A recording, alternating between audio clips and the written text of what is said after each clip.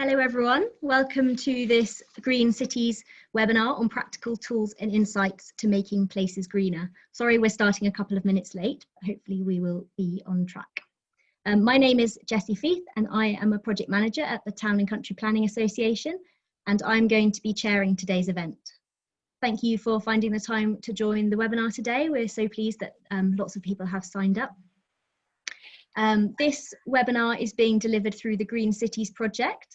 Green Cities is a pan-European campaign to promote the importance of making our urban areas greener by planting more trees and shrubs, improving parks and green spaces, and enhancing what is known as green infrastructure, the networks of green spaces, green roofs, parks and gardens that provide so many benefits to us all. In the UK, the Green Cities campaign is being delivered by the TCPA on behalf of the Green Infrastructure Partnership. So this is webinar 4 in this Green Cities series. We held 3 earlier in the year, and the final one of those was also on practical tools and insights, and you can see a recording of that on the TCPA website. We hope to be able to build on that webinar and gain further insight today into what can be done to improve the quality and quantity of green infrastructure. Before we get started, I'm just going to run through a little bit of housekeeping. So we are recording the webinar today and it will be available on the TCPA website shortly after the webinar has finished. So if you want to refer back to anything, you can. And we will also post the presentation slides, and a link will be circulated to everyone who is attending this webinar, so you can have a look back at those. If you would like to ask any questions to any of our speakers, please use the Q&A function, which you'll find at the bottom of your screen. You can use this at any time in the webinar, but we will save the questions until we've heard from the 3 speakers, and then we will have a little discussion and Q&A session then. You can also use the chat function to chat to fellow participants and the panelists. We'd be grateful if you could put all the questions for the panelists in the Q&A so we can try and catch them all. If you are using social media, please use the hashtag GreenCitiesUK. We will be tweeting from the TCPA account, so do follow along there as well if you'd like to. Right, so here is the agenda for today's afternoon session. We have some great speakers coming up from the Energy Garden, Bartram Trees and the Wildlife Trust. And so we will take the 3 presentations to start with and then take questions at the end. So I think that's everything to start off with. I will hand over to our first speaker, Agamemnon Otero, who is the director of the Energy Garden. Agamemnon has worked on a wide range of projects that prioritise and promote community well-being, and he is going to talk about turning the tide for neglected spaces and how we can maximise the benefits that they can provide. So, Agamemnon, I think you're here. Would you mind turning your camera on and your microphone on? And my colleague Jack is going to do the slides, and if you just say when you want the next slide, he will put that up on the screen. So over to you. Thank you very much. So I am ready to begin. Start my video. Here you are. Hello. It's a pleasure to be here today with you, and I am honored to represent some 127 community groups' labor over the last 7 years. Energy Garden has been a fruition of community energy over the last 11 years. I founded an organization called Bricks and Energy, which was the first community-owned energy project on social housing in an urban area in the UK in 2011-12, and then went on to found Repowering, which focused on trying to disseminate that knowledge to set up community energy projects. Now, I think the real issue here was that most people didn't know what community energy meant, and then when they thought of energy at all, they think about the big 6 and you know, how much they paid for their energy bills. And I think really what we learned was that community energy was about energy in its 2 forms. The community-owned renewable energy was the community energy, where people come together and can deliver pieces of work and use the real resource, which is not money, but is the skills and trades of all the most incredible people of that community to deliver something, and low carbon renewable energy. So with that knowledge, I was armed with the ability to directly address fuel poverty in one of the most fuel poor areas in Brixton and London. And what we found very quickly was that people, while they appreciated having solar panels on their rooftop, wanted to be engaged on a more regular basis. And that spurred on the development and creation of what has become known as Energy Garden. An Energy Garden really is a systems network to work with cities. So I'm excited at the idea that we've been working with the Rockefeller 100 Resilient Cities, Climate Kick, different organizations to look at a systems network that would work with transport infrastructure, health infrastructure, education infrastructure, water infrastructure, and look at those disused spaces to be able to do that. So I'm going to, in a way, what ended up happening was I've shown you on these slides a piece of work which, you know, we're all, the problems that we're all facing, there's some solutions for them, and of setting up and running an energy garden for your local authority or your city, what it would mean to deliver it, and then really show you the case study of Energy Garden in London. So if you go to the next slide. If you can go to the next slide. Thank you. So it's basically, Energy Garden has really been an idea around how do we simplify the environmental, social, and financial infrastructure costs. Sorry, go back one. Maybe I have a lag time. Yes, perfect. So we've been really looking at that, because when we asked people what they wanted, they didn't say put solar panels on my rooftop. They didn't say I want to have a reduction in my energy bill. They said I want to have I want money to be able to travel to work. I want to make sure I'm employed. I want to make sure that I have education. I want to make sure that I'm warm and healthy, and I have a home. And the more we began to look at that, the more wider remit came. And I think everyone in every city has the opportunity to rethink these things. So all of us have the social issues of poverty, crime, education, unemployment, issues around health and well-being, a loss of biodiversity, extreme weather incidents which are directly addressing us, and other pollutants like carbon emissions that are coming into our homes. And whether it's population growth having a major impact on our infrastructure, or it's looking at water security, whether how to store it, or lack or over production of it, we have these major issues that we're trying to deal with. And I think the sort of quote from Ban Ki-moon was this idea that we need to saving our planet, lifting people out of poverty, and advancing economic growth. These are one and the same fight, and that is the sort of model which we've been trying to build. And if you could go to the next slide. It's not how do we come up with some solar panels on your rooftop. It's how do we come up with a inclusive, resilient system. And effectively the way in which to do that is we sort of said, okay, we need an energy infrastructure backed investment that won't ask for charity handouts, that will be able to support itself. And what we needed to look at was the infrastructure system and how we could green those. Every place has a need for education, employment, and a reskilling or upskilling.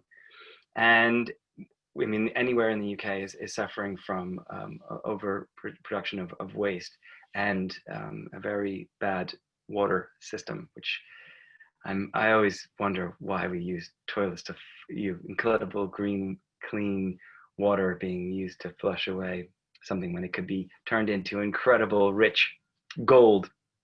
If you go to the next slide, you have this. These are all the sort of the substrate you need to begin.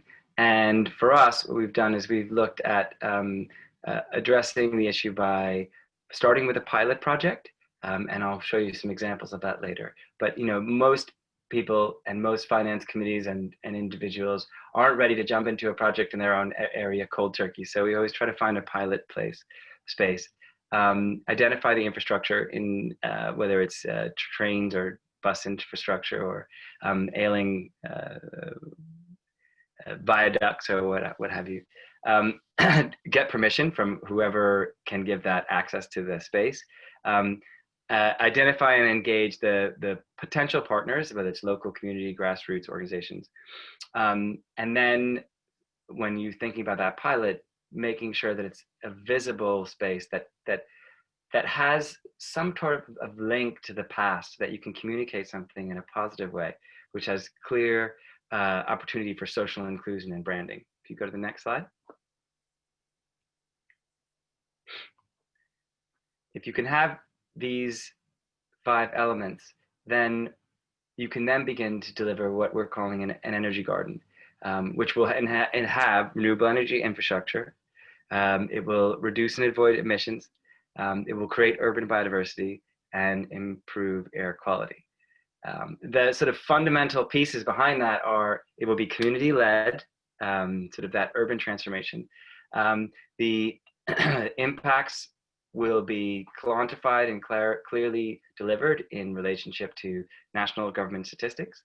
There will be employment, education, and youth training programs, greening, whether that be whatever your fancy is, whether it's growing hops to make beer or honey on top of your toast in the morning, or just straight up vegetables. And it's aligned with all the sustainable development goals. So if you go to the next slide.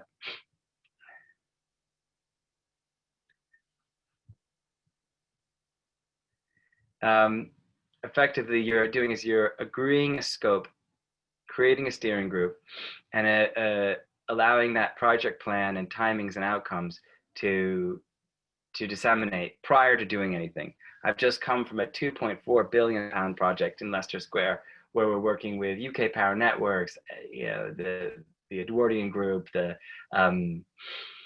Odeon, the Hippodrome, all the sort of local people, Chinese community. And you have to plan these things prior to them hitting the ground, or you lose people. So it's all about having that plan. Then the engagement, whether you have your key stakeholders and you engage with them in a clear narrative, like what is it you want? Let's deliver something. Then you go into your data gathering, conducting feasibility studies, technical design and planning. And only then, with that iterative process, can you then do your community outreach and promotion and say, look, we've all agreed these things, this is what we're going to do, and here we go. Here's a youth training program that we're going to work on. Here's a schools workshop. And here's going to be the regular weekly meeting location for the next 6 months, which will help to deliver this energy infrastructure project, which will have these social and environmental outcomes, as well as a financial return. Once that is happens and it's existing, that's not the end, that's the beginning. The operational handover and ongoing support, the monitoring and evaluation is all that needs to happen on a regular basis. And that's the real key. I built out this plan. If you go to the next slide, I built out this plan to show you that these are all the elements behind the scenes that need to take place. And the monitoring, evaluation, the operational handover, all these things are essential to deliver not just an engaging, resilient project on the ground, but something that can scale to other areas. So the case study that I wanted to highlight for you is really starts in London and has seen, if you go to the next slide, has seen an incredible thing. You can see that they now see it as their station. People see the stations as fresh light. We're all very proud of the garden that it's created. And really, we were looking across, having worked with hundreds of communities in London, and we were finding the same thing. People felt that they were doing something in a good way with a community energy project, but they didn't feel they were doing that much. And so, who's the biggest consumer of energy in London, and who's the biggest single consumer emitter of carbon? That's Transport for London. And there's 250 miles of track, and there's 2.4 billion passenger journeys, if you go to the next slide, that are affecting this and generating all this in carbon. So why not go directly to the people and start to put together a large community energy project where we wouldn't just work with one community on one social housing estate in Bannister House or in Brixton or in North Kensington. We'd work with all of them, and we talk about food and we talk about housing. Go to the next slide. It's funny how consistently what ends up happening is people ask me, what does community energy look like? That's what community energy looks like. Individuals coming together, and every single one of them has a matriarch involved. So every one of the community gardens we have an incredible woman who was in the last slide on the right hand side. That was Anne Kanai. But there are hundreds of these projects, but there's always that. And they are the ones who disseminate the knowledge. They know and they have trust. While we might be able to build a business case, go to the next slide, and help facilitate that narrative, these people in the forest of each community are the ones that disseminate that knowledge and communicate it to the other people, so that you have these young people who can get involved, and young school children whose parents wouldn't necessarily allow them to come and be a part of a project if they didn't have a long standing. If you go to the next slide. So when we do these youth training programs, we have, and as we have been doing for the last 7 years, we take 10 to 15 young people and we get them involved, and they learn about the finance, the IT, the technical, the legal, the media, and marketing of a project. And go to the next slide. And then as they learn about the project, then they can communicate to the local community what is exciting about the project and how it's helping them in their community and how it can help others who are coming through their community.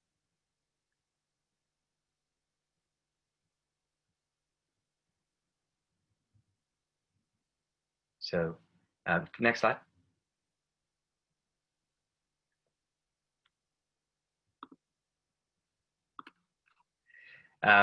Yeah, so all the designs, all of the food, go to the next slide, that people come together. It's not our idea. You know, I'm vegan and I have solar panels on my boat, which I've built. Go to the next slide. But that's not what they want. They have specific people in those specific communities. Some people want tea. Some people want juice. Some people want food. Go to the next slide. Other people want to get employment and working. So that's why we have 127 community groups with all different needs, being able to facilitate those needs in one simple program. So you have air quality, biodiversity programs, which allows for community cohesion. And so there's been very specific outcomes, you know, around education and a sense of well-being. But there's also been huge amounts of increased biodiversity. If you go to the next slide.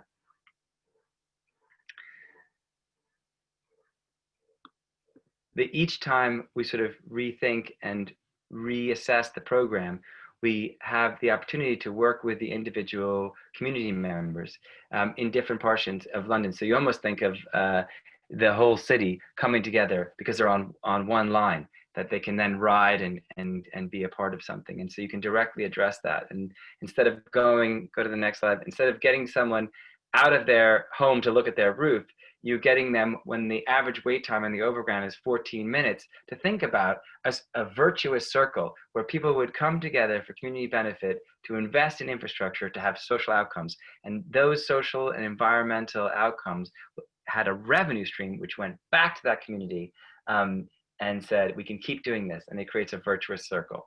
Carries it on. I think my time, I don't want to go over my time. I'm at 14:20. The finances behind it are simple.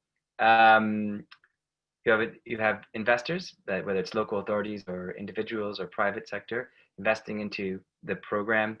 In this case, it was into solar on top of large scale roof depots for train stations. But there's also hospitals and build housing to develop and support the program. And there's a 4% return paid to investors, whether they be £150 shareholders or £500 or £5,000, and they all see that social return. So you go to the next slide. So there's this virtuous circle, and if anybody has any further questions about the finance and getting into the nitty-gritty of it, I'm happy to answer questions after. But this is to show that it's normally a 20-year investment cycle, and that it had a return. And this would be for a bondholder of £1,000, what they would see in a likely project. And this could scale and not scale. We're working with anaerobic digestion and solar and batteries. But if you go to the next slide, you can actually get there. And the real thing I think we're all looking for is to improve a sense of well-being, of mental health, physical health, sense of competence, a sense of trust and belonging. And we've been working with Imperial College over the last 3 years to develop our metric for social return on investment. And if you go to the next slide, we've been able to sort of put together something which allows the government metrics on inclusion and social welfare to help facilitate something like this. And this came out this week. I just got this through this morning, and I was asking if the competent, amazing people at the TCPA could give me a few more minutes to insert this slide, which was that of the youth training program this year, there was a sense of perceived confidence and practical skills, and they really felt it increased their professional development. That the volunteers that got involved, 83% said that their mood and well-being was improved, and that they had learned so much, and there was an increased sense of community. And that commuters, that's just, so there's 2.4 billion, there's 181 million on the overground a year.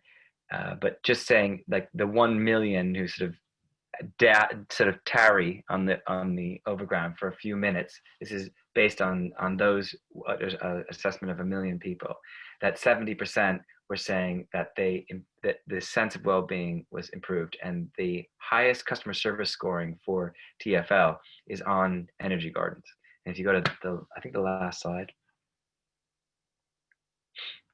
you'll see that it wouldn't have been possible without sort of a collaboration on a large scale with, from the mayor's office and Transport for London, to having legal teams and funding coming in from people like Bank of America and the mayor's office. But the idea and the narrative is really to try to build scalable models that can be delivered in other places. And I think, while there's no question anymore, is there a global climate crisis? Can renewables have an impact? Yes, they can. But if the whole of the UK went on to renewable energy tomorrow, and in 2001, 1% was from renewables, and now it's up around 30%, it wouldn't have any impact on behavior. And behavior change can see roughly a 40% reduction in our energy, in our carbon emissions, if we change our behavior. And this has a really great opportunity of changing behavior. And that's sort of the key point of what I wanted to share with you guys today, was if we can include people in a one vote, one shareholding cooperatives, where you disseminate the knowledge of development and allow it to be tailored to those groups, you can really begin to change behavior. And there are people from all different sectors, from scale billion pound companies to the tiniest, that are involved and engaged in this project. And I hope that you will have a look at it and consider working with us as well. Thank you. I think the last slide just says thank you. Brilliant. Thank you so much, Agamemnon. That was fantastic to hear about such a positive example of community involvement that delivers so many benefits. Really interesting to hear about how the project has increased confidence in your volunteers and the sense of community. And I think that's something that we definitely need at the moment. So thank you very much.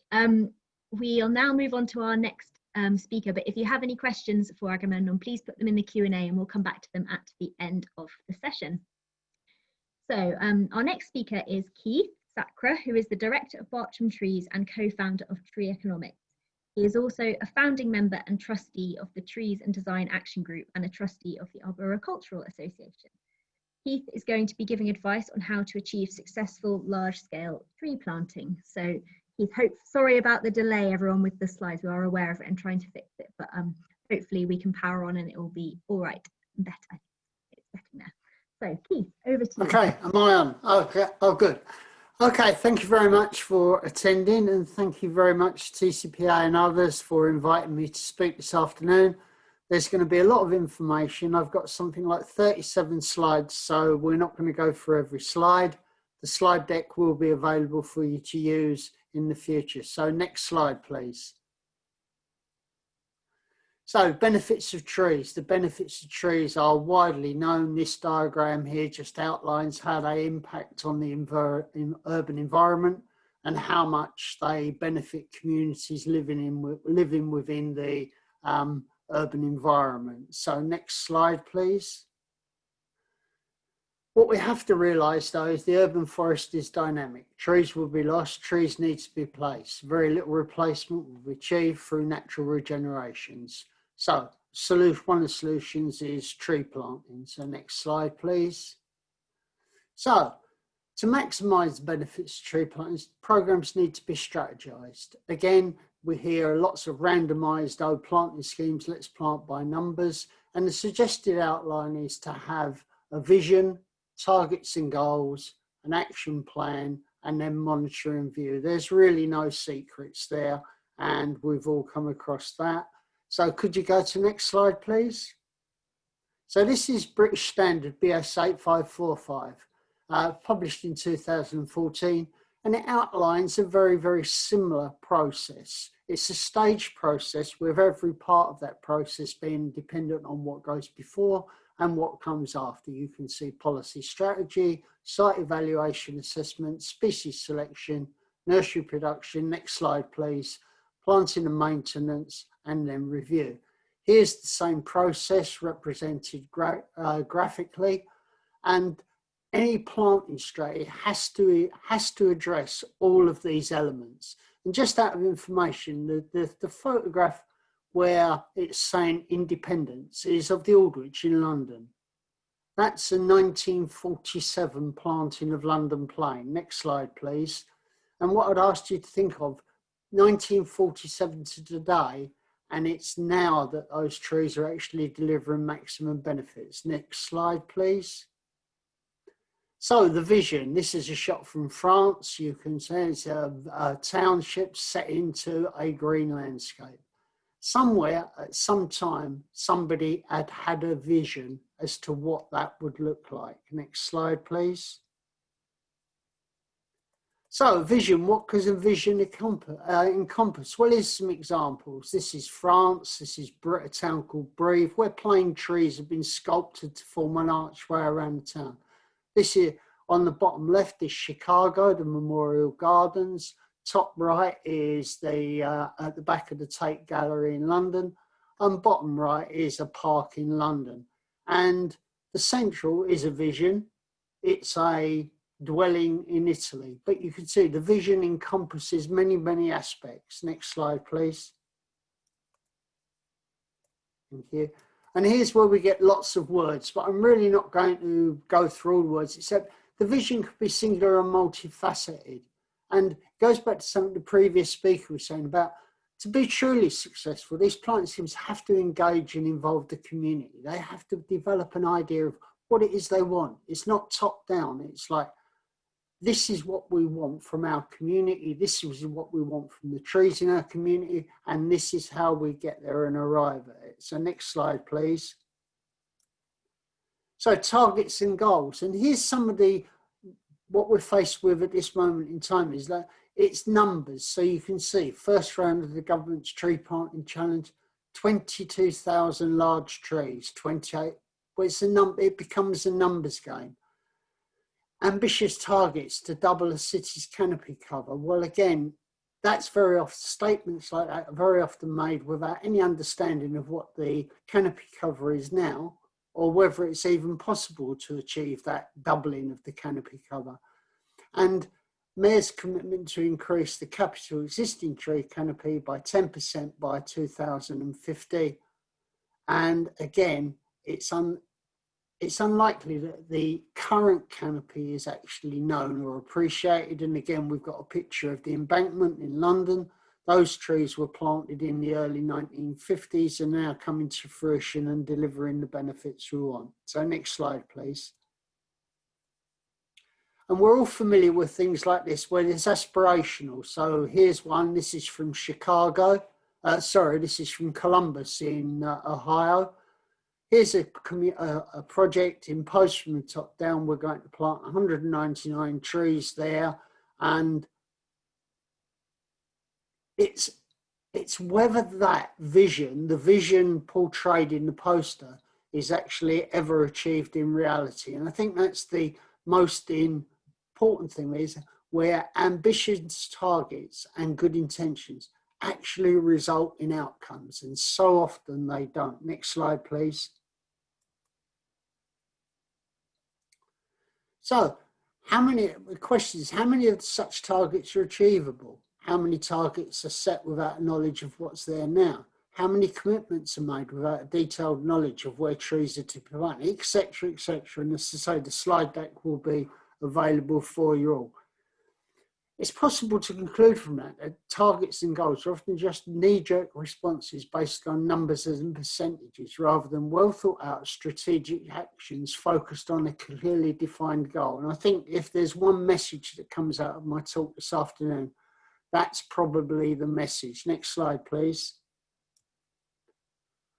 There's all sorts of guidance available. This is a document from the a Planning Association in the USA. Next slide, please. But there are other examples. Here's one from Melbourne and another one from Seattle in Washington, USA. Next slide, please.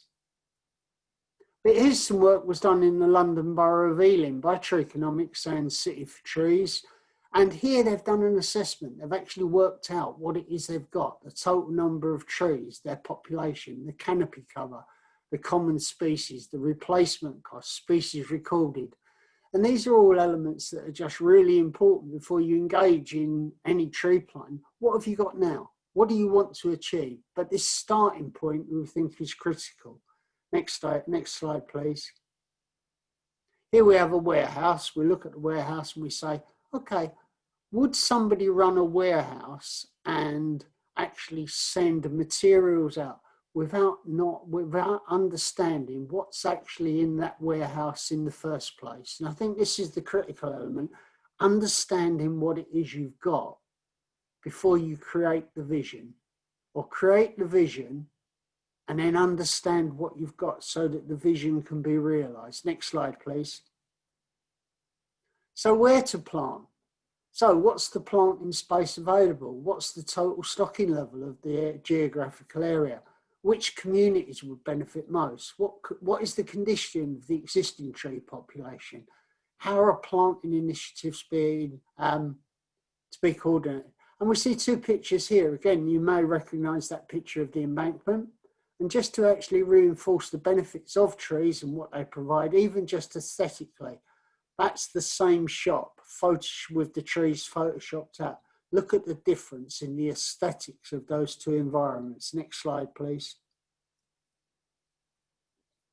So what to plant? Many considerations to be assessed when deciding what to plant. And we hear this sort of the right tree in the right place. What does that actually mean? What questions are we trying to answer? So next slide, please.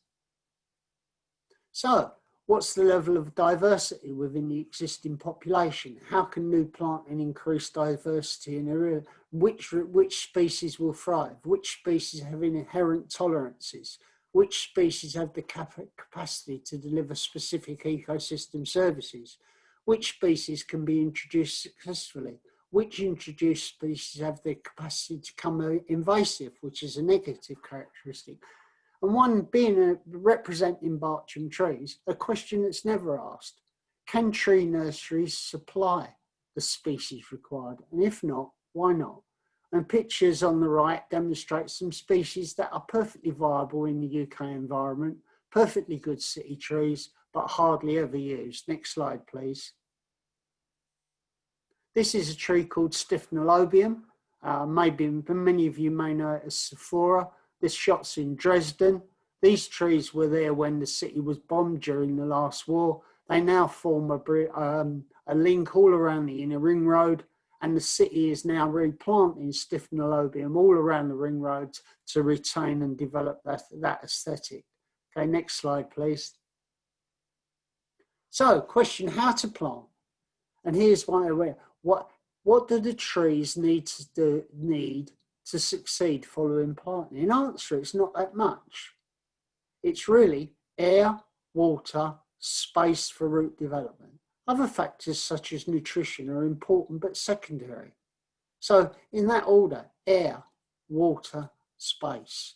This is a picture of a tree called Kohlrateria thriving in an urban setting in Germany. And again, you can see space, all of this is root development zone, space for canopy development, irrigation systems, and preparation that says that tree is likely to survive and succeed. Next slide, please. So now we have got guidance. So here's two documents from the Trees and Design Action Group, which actually explain and research planting trees in the urban environment. I've already mentioned BS 8545, which is this document here. And here's 2 of 3 manuals that Bartram Trees have produced that actually offer suggestions and guidance into achieving success with urban tree planting. Next slide, please. Yeah, you have to ask the question, why does it go wrong? And it can go so wrong. This is a shot from Sweden, and it was suggested that they wanted a cycleway with a tree-lined avenue. Well, there's the result, the tree-lined avenue. Compare this to a previous way. Area for root development, none. Space, none. Failure, in all probability, yes. The last time I saw them, they were not thriving. Okay, next slide, please. So, but it can also be got, so, right, this is a shot from Stockholm. This is a shot from, I think that's the USA, I think that's Chicago. I may be wrong, that may also be Sweden. But anyway, you can see here we have new plantings. These are new plantings. They're not trees that have been in the ground for 5, 10, 15 years. They're new plantings. All of the area underneath those trees is rooting space, so the tree can develop. There are irrigation systems. They actually have runoff on the pavement, so water is diverted along the collection channel you can see in both to actually provide water for the trees. Okay, next slide, please. And here's some of the things that can go wrong. This is a photograph taken when we were preparing the British Standard. And there you have a piece of street furniture, a grill, that was put in place to actually enhance and protect the tree during its infancy, but was never removed. And there it is, that grid is going to kill that tree. Next one, please. Here's some hurdle where management and maintenance following planting. Somebody's invested an awful lot of money in planting those trees, yet I think it's difficult to see how they're going to be delivering the benefits and amenity we saw in an earlier photograph of the Aldwych in London. So next slide, please. Here's some examples of what can go wrong. The tree grid to protect the tree left in place. Next slide, please. And this is our idea of legacy, the classic car park tree. Forgotten, but what's missing? Space, air, water, and then space for development. This is what we're actually serving up as landscape in urban areas. Next slide, please. So here's some work from a guy called Ulrich Soman in Sweden, speaking about tree selection, how you actually select the trees for planting in the urban environment. I have a copy of this electronically. If anybody wants a copy, then please contact me outside of this forum and I'll ensure you get a copy of it. That's true of all the documentation that we've discussed this afternoon. Next slide, please. So this is the Bartram one. This is a guide to species selection. Next slide, please. And when we're talking about how you select the trees, so what trees? Hardiness and health. Are the trees adapted to the site? Like, do they function in a way that enables them to survive in the urban environment? What's their function? What are the characteristics you're looking for the tree to deliver? Succession, or one of the criticisms of those 1947 plantings in London was there's no succession. When that population goes, it all goes together. So there is no succession. Management and maintenance, growth, aesthetic qualities. Next slide, please. So monitor and review. And it's actually, there are many criteria you can use to actually monitor how are you doing. So extension growth, foliage size and crown size uniformity, anticipated growth, comparisons with nursery growth rates. But here's one here in Melbourne where all the young trees planted are not accepted by the local authority until after 3 years. The trees are then independently audited and are within the city's tree planting strategy. Trees failing the audit are rejected and not adopted by the city, with the contractor liable. Next slide, please. So the purpose and value of comprehensive tree planting strategy, and it's this strategic element I want to stress in, that to manage the urban forest, which is dynamic and ever-changing, tree planting is an ongoing process, but that process can't be randomised or jerky based on large numbers at certain times. It's an ongoing process that needs to be thought through with a clear vision, with realistic and achievable targets and goals set, suitable and appropriate species selected, informed planting techniques specified and adhered to, appropriate management and maintenance, and progress is monitored and reviewed. All of the above can easily be articulated and used to inform stakeholders and encourage buy-in to the urban forest programme. Next slide, please. And that's me done. So when I said to Jack I had 37 slides, Jack said, whoa. So there you are. I've rushed through it. I've gone through it. If you need any information, please ask in the questions session at the end. If you would like any of the documents I've mentioned, then please just ask. And also you have the, this slide deck will be available to you through the TCPA. So thank you very much for your time and thank you very much for listening. That's me done. Brilliant. Thank you, Keith, so much for that presentation.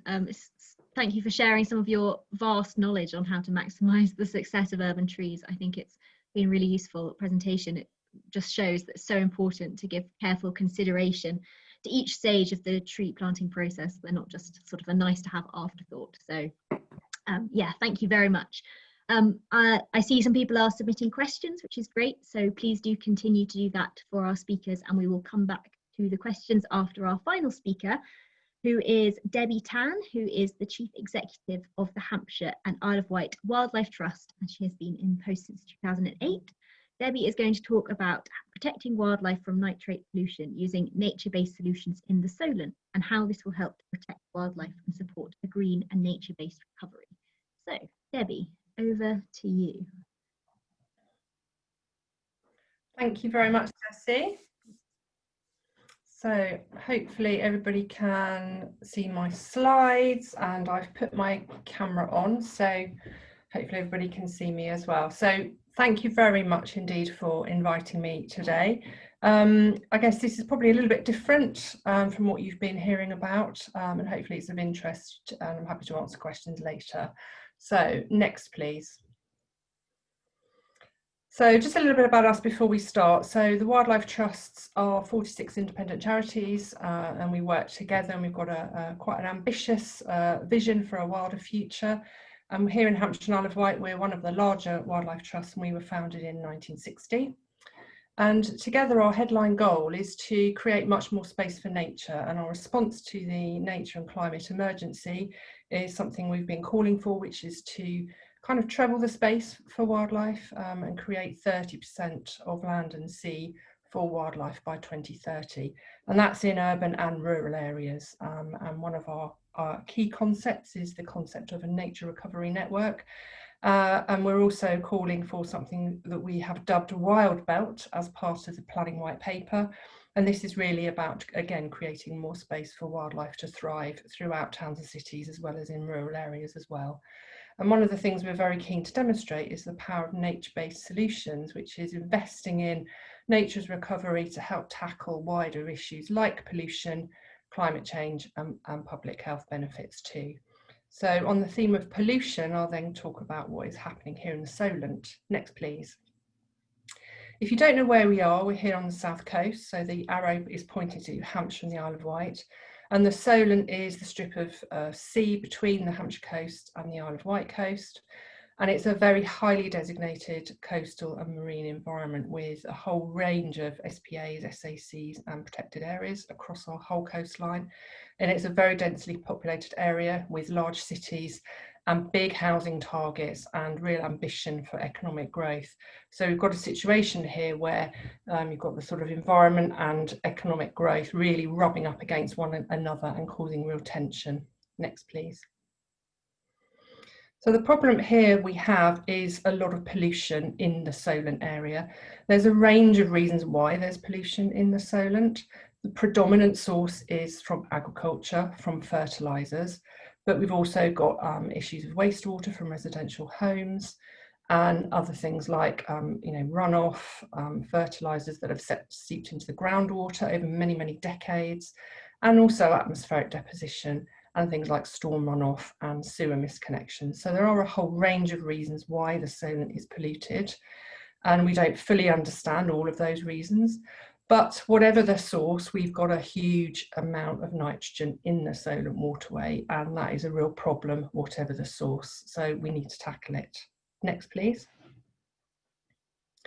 The impacts of that pollution are profound, actually, for our wildlife in particular. And nitrogen is a fertiliser, so it causes an excess of nutrients in the ecosystem. And what that basically causes is this horrible green mat of algae, which grows excessively over the mudflats. That stops oxygen getting into the environment, and it has an impact on birds and other animals that need that mud and they can't probe and get to their insect food. And it has a real smothering effect on the environment. And because of that, we have a situation where the designated sites across the Solent are in unfavourable condition because of this issue. Next, please. And because they are European sites here on the Solent, there was a very important kind of ruling recently, well, I say recently, in the end of 2018, which is known as the Dutch nitrogen case. And due to the high levels of pollution here, and because there is no real obvious way of mitigating that until recently, Natural England used the Dutch nitrogen case to say to the local authorities right across the south coast that they could not give any planning permissions until some sort of mitigation was in place. And this is to do with the Dutch nitrogen case, which essentially says that if you can't be sure that you're not going to make the problem worse, then you really shouldn't be allowing things to happen that will make the problem worse. And so there's a bit of information there about the ruling if you want to look it up. But essentially what that meant is that house building was halted a while ago, and it's been halted now for over a year. And it will only allow to be resumed when we can sort of reach what's called nutrient neutrality, or not making the problem worse. Next, please. As you can imagine, quite a lot of political pressure with that decision, and we were really pleased that Natural England stepped forward and did this, because actually it's pretty brave and quite unprecedented perhaps to, have a really, really firm line on something. But you can see there were quite a lot of political pressure with housing held up for more than a year, lots of pressure from MPs, lots of summits held, lots of letters written, it went right up to number 10. Discussed in the House of Commons, and there were risks of legal challenges coming forward. And then from a local authority planning side, of course, if you aren't able to deliver your housing numbers, there's risks of fines and all sorts of other things. So we were very concerned actually with, obviously we're leaving the EU in January, and the environmental regulations have been called a ridiculous cost on British business by certain politicians. And I think there's been a real sort of, I guess, an attitude that the environment is somehow blocking development, or it's a problem that needs to be overcome. And actually in the Wildlife Trust, we're really keen that that is not the attitude, and we wanted to come forward with something that showed that yes, you can have economic success and you can also protect and enhance the environment at the same time. And these things don't have to be pitted against each other. I think we were worried there would be a worse outcome for the environment, that somehow the environmental regulations would be relaxed and the houses would happen without any mitigation. So finding a solution was really important for Natural England and for the Wildlife Trust. Thank you. Next, please. So our solution is actually really pretty simple. It's based on acquiring intensive agricultural land in certain appropriate locations and stopping any application of fertilisers and basically creating natural wild habitats on those previously polluting land. So effectively, we're removing nitrogen from the Solent catchment.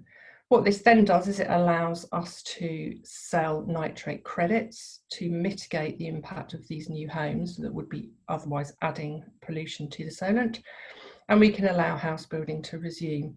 Now, there are some very important caveats in our scheme, which I'll go through, because really we are interested in trying to make the situation better and not just keeping it as nutrient neutrality.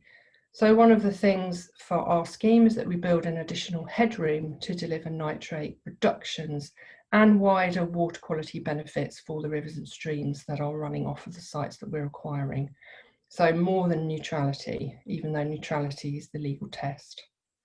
We're also creating new nature reserves that are protected in perpetuity, and they provide all sorts of clearly wider habitat benefits and wildlife benefits, and adding to the overall concept of a nature recovery network and more space for nature. But developers must pass our own eligibility tests to come into our scheme. Next, please. Just a little bit more about the nitrogen calculations. This is a novel scheme, and Natural England have devised a very robust methodology which effectively looks at what the nitrogen burden of every new development will be. The method also encourages good design, incorporating things like SUDs and green infrastructure into the development will also impact how the calculations pan out, and adapting high water efficiency standards at 110 litres per person per day is something again to be encouraged by the methodology. And the nitrogen burden of each development obviously will vary by size, the size of the properties, the number of bathrooms, and the location within the catchment, because how the water runs off and how it goes through the soil and the water into the Solent. So it is quite a complicated methodology, but it's all the instructions are there.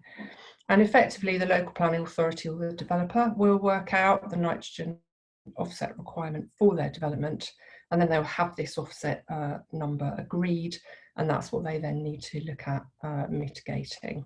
That all has to be validated by Natural England.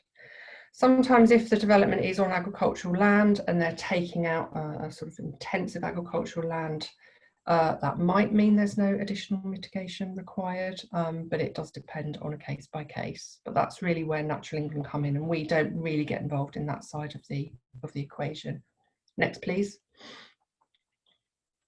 What we do get involved in is identifying appropriate mitigation sites. So we work with Natural England and we look for opportunities to acquire certain areas of agricultural land, and it's again targeting that land that's polluting, that where you've got pollution running into the watercourses, and land that ultimately is, you know, generally pretty waterlogged, or it's not the best quality agricultural land, to put it that way.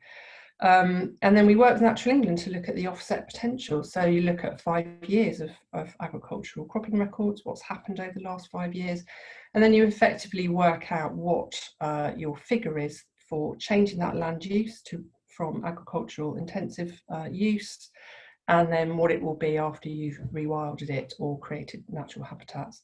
And that essentially gives you a figure. What we do is we also build in headroom, as I said earlier, and then we're able to sell the credits once we take off our headroom. And a credit is 1 kilogram of nitrate per year.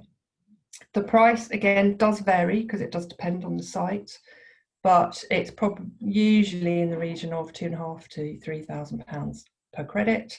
And that fits within standard viability tests for developers, so that feels like the right sort of price at this moment in time. And the funds are simply used to acquire land and manage it forever in perpetuity. Thank you. Next, please.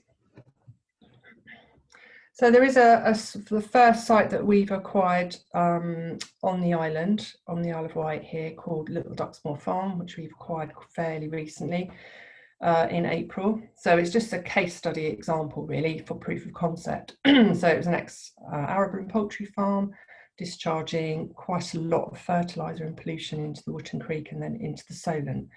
So effectively our plans are to rewild the site, and we've worked out with Natural England that will remove 848 kilograms of nitrogen per year from the Eastern Solent catchment. And because of our headroom calculations, we'll be selling 806 credits and holding back 5%. In the methodology, there is also a 20% added in by Natural England to take into account uncertainty with the methodology as well. So we're confident that what we're doing will contribute towards reductions and not just keeping it the same. Next, please. Just a bit about the process and legal framework, because I figured that some of you might be interested in this concept. So first of all, we need to provide the mitigation for 125 years because it has to be in perpetuity. In reality, it's forever. Certainly as a charity, once we own land and it's a heritage asset, we never dispose of sites. So effectively it is forever. But you need a number to put into your spreadsheet. So that's the number that's been agreed. The legal agreement is based on a hybrid agreement, part of Section 106 of the Town and Country Planning Act, which many of you will be familiar with, and Section 33 of the Local Government Act as well. And it's a three-way agreement between the delivery of the mitigation, as in us, the local authority giving the planning permission, and then the local authority where the mitigation occurs, because it's not always the same local authority. Sometimes it will be, but sometimes it won't be. And so you need that legal framework to bind all of the three parties together. Next, please. So the process, again, developers will work out the credits, as I explained earlier. We then go through an expression of interest process, and we screen the developments to ensure they meet our tests, which I'll tell you about in a minute. We then issue a map, and there's a short-lived contract. We have to map a certain amount of the land, and that goes on the Rural Land Registry, and that is basically held to prove that mitigation is occurring, because once that contract is agreed between us and the developer, that is then submitted as their evidence of providing the mitigation, which then goes through appropriate assessment to allow that planning permission to be granted with the full confidence that that mitigation is in place and it can be proved that it's in place. There is a desire from local authorities to purchase credits themselves for their whole local plan. So there's a discussion going on now to find the right methodology and the right process to allow that to happen. And that could be one of the next things that goes on with this scheme. Next, please. And just very quickly on our test. So what we don't want to do, and obviously as the Wildlife Trust, we do also object to planning sometimes, and we have a lot that we do in terms of policy, because the current planning system, isn't perfect, and you'll all know of the white paper that's going on, and so we're obviously keen that planning is more sustainable. So the first thing is that we won't allow any developers through our scheme that is not otherwise acceptable to the local authority. Obviously, we don't want to provide mitigation if we have an objection, or Natural England has an objection, or the local authority ecologist has an objection. Also, if there's any loss of irreplaceable biodiversity, and then it's not something that we want to support clearly.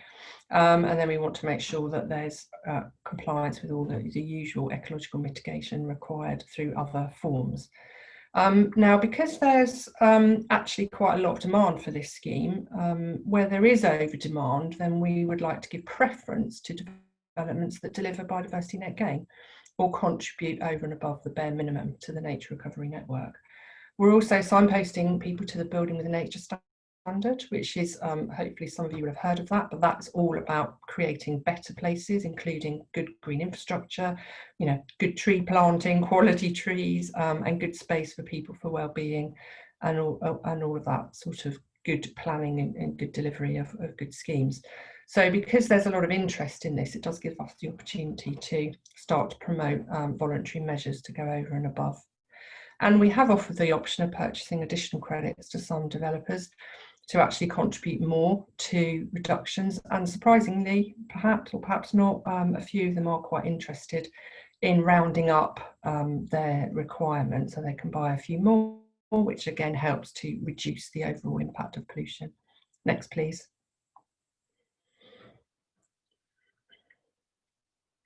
Just very quickly, we're looking to scale up the scheme. So the first Isle of Wight site is the first example that we're delivering, and that's approximately 1,000 homes that will unlock. We have way more than 180 expressions of interest now on our database, huge amounts of interest in what we're looking to deliver. So we are looking to try and buy some more sites to provide strategic offsetting mitigation potential right across the sub-region. So we're talking to the local enterprise partnership, who are offering us a loan to acquire more land, and also DEFRA and the Treasury are very interested in this scheme. Again, it's really important that we demonstrate a good scheme that delivers more than the bare minimum, that unlocks the right kind of housing in the right place and actually does work in terms of increasing biodiversity and reducing pollution. So we will be undertaking full monitoring of all the ecological benefits to really demonstrate that a good scheme and how it should work. So that's really important to us. Next, please. So just in summary then, our rewilding scheme is all about reducing pollution, but it is also about delivering significant wildlife benefits. We want to deliver reductions and not just offsetting. And we want to use this as an opportunity to demonstrate the power of nature-based solutions, because there are wider things like carbon capture and other wider benefits from nature-based solutions, and try and use this as an opportunity to deliver sustainable, better development, good green infrastructure. And planning is all about creating good places to live and not just about housing numbers. So hopefully by being involved in this arena, we can influence sustainable development and do something good for nature and the environment. Thank you. So yeah, that's just my last slide, which just kind of talks about the wider benefits. So if we can rewild areas and create new spaces of nature, we can clean our air and water, we can reconnect people with nature, prevent flooding, create more great wild spaces, lock away carbon, restore soils, and support jobs and new economic opportunities as well. So that is just my final slide, just to bring it all together. Thank you so much for listening, and thank you for your time, and look forward to the questions. Thank you. Great, thank you, Debbie, for presenting such an impressive case study. I think it's so important to hear about how you can have economic success and protect the environment at the same time. It's also really interesting to hear about how you were able to ask for further voluntary measures from developers and are successful in that. So I'm sure there'll be lots of questions for you all. Yeah, so we've had three very interesting and varied presentations, which give some practical tools for increasing quality and quantity of green infrastructure in the places that we live. So we now have some time for questions. I see that we've got quite a few coming through from our audience, so thank you to everyone who has sent in questions so far. I think we'll take the slides down now so we can see everyone at the same time. And speakers, if you could turn your cameras and microphones back on, that would be great. And my colleague Tim is going to read out some of the questions from the audience and put them to you all. So Tim, do you have a first question for us?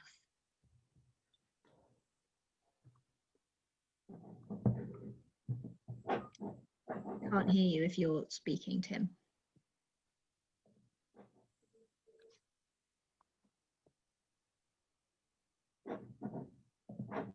No, okay, fine. Well, I will have a look at the first one and see if we can get going. So, first question to Agamemnon: are you planning on increasing the number of trainees up from what you've got at the moment? And do you find that this training and apprenticeships are they hard to deliver with positive results?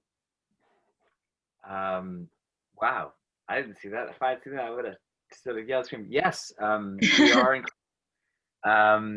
We just have a contract through two different organizations who are asking us to upscale, so that will increase by 40 odd people a year, and so that's good. we identified a real problem in the market for sort of the ecosystem of education, which was there's very little practical application of young people getting work experience in different fields that they don't know anything about. You know, what do you know about finance? What do you know about greening, gardening, renewable energy? And they don't, and there are some full-on courses that are out there for, you know, that are paid at whatever it is, £4 an hour for what are those, you know, not an apprenticeship, sorry, give me the word, proper apprenticeship. So a proper apprenticeship would be like, you know, they pay them like £3-4 an hour, and they didn't actually have and a lot of people who don't have any resources don't have that ability financially, and also they don't want to. They want to have little bits. So we run our programs in the evenings and weekends, and we pay them for their time. And we've seen an incredible. I think I put it into the into the presentation around the outcomes. But if you wanted more on the outcomes, you can look at the Energy Garden website, and you'll see there's some quotes and some statistical analysis around the positive benefits for those young people. So the answer is yes, we are increasing. Yes, it does scale well. And we very specifically find that giving them opportunities that aren't necessarily apprenticeships or full-time jobs, and availability into different windows, and having incredible people like you see on this panel being able to sort of step in and give them a little bit of guidance is a very strong direction to go for education. Great, thanks. Sounds like you've got a really good scheme going there. Debbie, a question for you. Will you be measuring carbon benefits through soil carbon tests? It would be really useful to demonstrate the benefits of habitats other than newly planted trees. Thank you. Yeah, great question. Yes, we'd like to, absolutely. The jury's out a little bit in terms of the science around that, but my team are looking at this, again, working with Natural England. We're all familiar with things like, you know, the Woodland Carbon Code and peatland. You know, there's some quite well-established methodology for some habitats. I think obviously we are going to be changing arable land to rewilded, something that isn't quite known, because what we want to do is go for more of a rewilding approach. But yeah, we're obviously going to do some baseline monitoring, and then we can measure soil carbon in, you know, there are established methods for that. So we'd like to do as much ecological monitoring as possible so we can really demonstrate and see the benefits of this sort of approach. So we will be, and we'll publish that information. Thanks. Yeah, it'd be really interesting to see that, because I think it'd be relevant to a lot of places as well. Debbie, another question for you, a quick one probably. You mentioned a lot of support from Natural England. What is your experience of support from the Environment Agency as well? Do you engage with them at all? Yeah, we do. I mean, Natural England have led on working out this methodology and the approach, but it has been agreed as well with the agency. So they've been involved kind of behind the scenes, checking the science and making sure that the method is as robust as possible. So yeah, I think they've been checking their workings and making sure they're also happy. Great, thank you. Question for Keith. How do you balance work by citizen scientists in urban tree surveys and the vital role of the arboricultural expertise? There are serious concerns about abuse of admirable voluntary efforts by volunteers when they're not willing to invest in professional in-house staff. Do you have any thoughts on this? Do I have any thoughts on that? Wow, that could go anywhere, couldn't it? Yeah. Yeah, okay, well, let's give an example. Let's take the Ecosystem Service Assessment of London, the iTree study of London. The data was collected. There were over 700 tenth of an acre plots put out in London. The cost of doing it with professionals would have been in the region, would have been a six-figure sum. We had teams of volunteers who collected 75% of the data, were given full training, loved the experience, became engaged in the experience, and enjoyed every minute and provided the useful service. Was it exploitative? No, because they were all volunteers and they were given full training and were given some sort of reward. I've done a local study in Lewes in Sussex, and here we use students at Plumpton College who took data collection as part of their mensuration module and were able to contribute that way. Is it exploitative of, is it taking work away from reputable arborists? In many ways, yes. But then the advantages to arborists is that the more knowledge we have about the tree population, then the more work is likely to come their way from an informed public. So it's actually a roundabout way using volunteers to actually enhance the position of the professional arborist. But I think, yeah, volunteering can always be exploitative. My experience is, though, invariably it's not. And the volunteers gain as much as they contribute. That's what I was going to say. There's a lot of other benefits to volunteering, community benefits and all of that. And as long as it's properly supportive, I think it's supported. It should be very much encouraged. So yeah, thank you. Another question for you, Keith. How effective do you think national policy is currently in delivering high quality street tree planting, and what impact do you think the planning white paper will have? The planning white paper? Or any, yeah, I don't pretend to have the expertise to actually disseminate the planning white paper, although I am on several consultative groups who are looking at it. More importantly was the recent tree strategy document. How effective is it at the moment? It's fragmented. It seems to be very, very dependent on individual municipalities or community groups who work in a very meritable but uncoordinated, unfashioned way. It goes back to what I said in the talk about this idea of a vision. The vision is, to my mind, the key. What do you want from your urban forest? What are the objectives? And they're manifold. I mean, it may be pollution removal, it may be carbon sequestration, it may be shade provision, it may be health and leisure, or a combination of all of those factors. But at this moment, there isn't a national strategy. So what we get is we get lots of localized knee-jerk investment.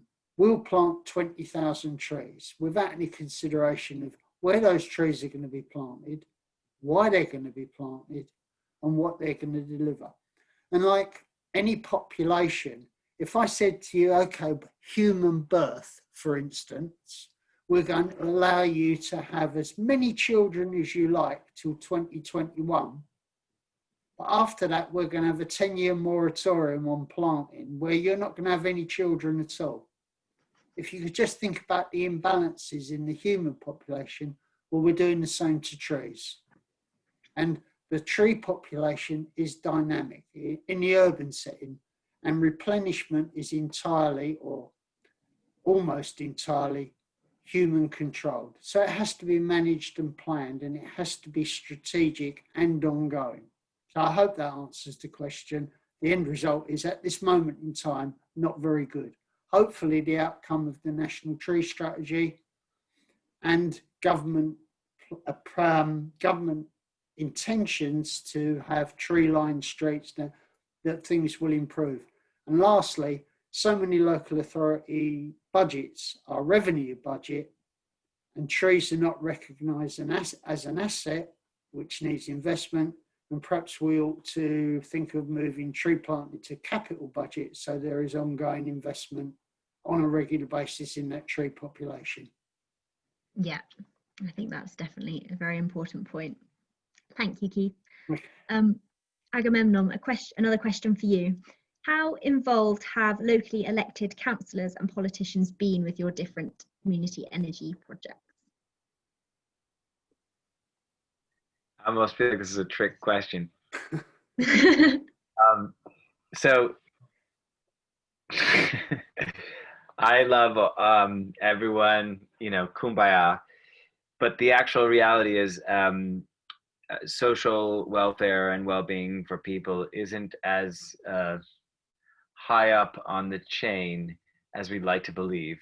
And I'm going to give you the answer straight, which is local politicians and national politicians really struggle to deliver on what they say because finance and politics seems to trump those things. Well, we believe it's a good idea. We're all trying to make it happen, but someone or someplace in somewhere, which isn't an elected official, is making a final decision on what they do.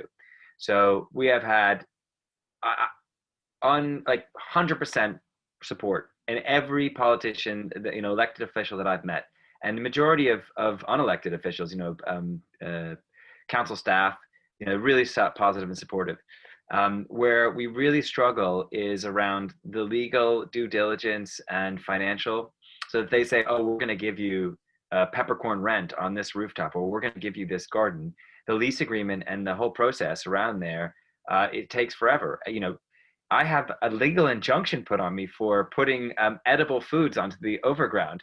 And then I had to work with the heads of Transport for London and with the then London Overground Rail Operations Limited, which is now Arriva, for 4 years to get permission. And I said, you know, there's already edible foods on the overground. You know, well, someone could die if they ate one of these chilies. I was like, well, they could die if they ate one of the berries or if they licked the ground. You know, like the rationale here is absurd. So, you know, we have incredible officials and politicians who are trying to do their work, and there's legislation and rules which almost they bind their hands by making things have to be financially viable. And so that's why I've sort of resorted in many cases to making social return on investments, clear theory of change, so that you can demonstrate it's a financially viable for-purpose organization. It's a socially responsible organization. It is environmental impacts are X. By clarifying the narrative, we really take what I really felt was the difficulty of the green movement in the 70s and 80s and bring it sort of the stodgy, you know, potatoes, chickpeas, you know, way of thinking about sustainability and not putting a value on things because a tree is more, you know, has no value. It's so important to us. A person has no valuable. You can't price a human. If you do that, then you have a way of communicating and saying, these are the numbers, this is what we're delivering. And when you do that, politicians have the fodder they need to fire the cannon. If not, they sit there unable to make the moves that we need to. So yeah, I think you summarized a problem that a lot of us face, and it's something that's very difficult to deal with, but it sounds like you're doing a good job. Another question for you, Agamemnon. How do you manage the long-term stewardship of the energy gardens by the community? So if you noticed in the slides, I might have gone through it a bit quick, or there might have been a time lag, but there's 4 slides on the financing of the project. So we raise capital through energy infrastructure. So we install solar panels and sell that energy into the rail, the biggest energy consumer in London, single energy consumer. And then from that revenue are able to deliver projects. But there is an excess so that we can then sell that on to corporates that we're working with. So you'll have some corporates who go, oh, I love this youth training program, or we really want to see more community engagement happening. Fantastic. So what we'll do is if we have any excess energy that we can sell on to them, we do that. And and I'm sure you're asking this, and anyone who builds nonprofits knows that to get yourself to a viable enterprise to do that, you needed support. And I stand before you, one person out of a 8-person board of directors on the top of many giants who built community energy in the past, having built Bricks Energy, repowering, founding Community Energy England. I had a track record, and so we were able to raise money from the People's Postcode Lottery, Friends Provident Foundation, Esme Fairbaum, the London Mayor's Office, I mean, the Co-op Foundation. So we were writing and working for many years to develop that. And so to get yourself off the ground, we needed some funding. So we did that. And now we have contract delivery. So we are delivering pieces of work, you know, greening for certain areas, carrying out surveys, delivering new training programs. Sometimes they're not grants, they're actually contracts. So that's how the revenues have been coming in. So there's a diversified revenue stream, both from energy and from service delivery and from grants. Great, thank you for that very interesting answer. Debbie, a question for you. Lost the question now. Do you find that the nitrate credits mean that developers say that other measures, for example, affordable housing, are not viable through the viability test? Well, we haven't come across that yet. That's a good start. We haven't come across that yet. I know, so no. I mean, if you think about what a development has to, 106, the standard 106 includes loads of things, doesn't it? Contributions to roads and roundabouts and schools and a whole host of other things. So at the moment, that has not come up as an issue. And most houses will need, it depends on the location, and some of them need sort of 0.7 of a kilogram per year, and some need sort of 2 or 3. So the price will differ. And we are talking about the price. I think as the market stabilizes, the price may well change. From our point of view, the price needs to cover the cost of delivering the long-term benefits, the management and all the rest of it. And as a non-profit, we're very transparent about the calculations, and we only charge what we need. We're not into making profit, and we're not into hiding any of the calculations. However, it needs to be fair, and as a non-profit, we don't want to be taken for a ride either. So the price has to be right, and it has to be affordable for everybody. So at the moment, it's not an issue. It might change as the market matures. But this is kind of quite a new concept, so we're all developing this together, and we want to demonstrate that it works. So yeah, not yet. That's good. Thank you. Okay, I think we've got time for one more question, which is for Agamemnon. Do you feel that the energy garden model can be applied to small towns, or is its success dependent on higher passenger volumes in cities? No, I built it as a model which you could swap out. You could even swap out trains. I mean, it could be developed with schools, hospitals. I think it works in every area. And the idea was that we were going to, and it's actually already happening. So in 2023. Or 2022, we'll be asking for different towns and cities to nominate themselves, because we have revenue to be able to then scale and go to those other places. So that the whole idea is you have a centralized pot for doing development and delivery.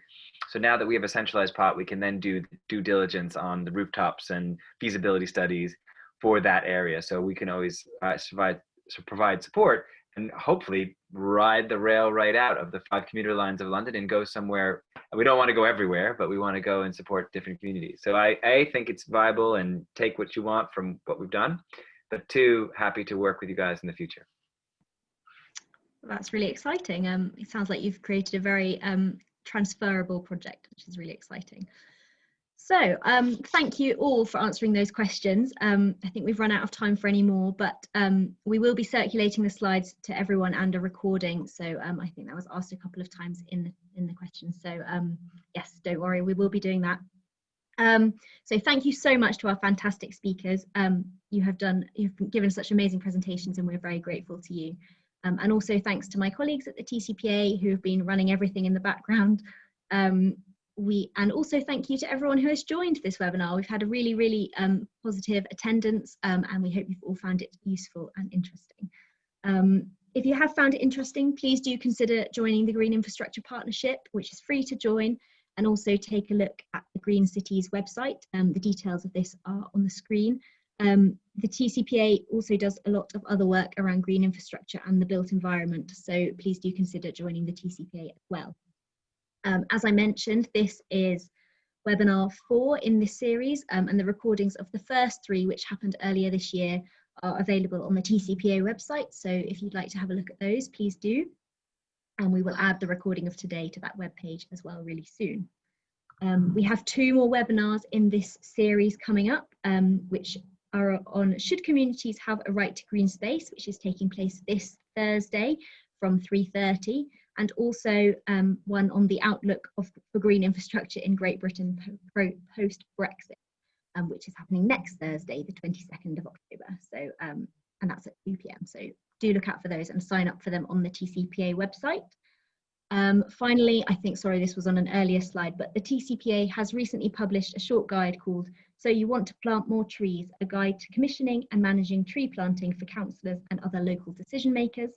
And this is available to download for free on the Green Cities website. So if you're interested in having a look at that, please, the link is just on the screen now.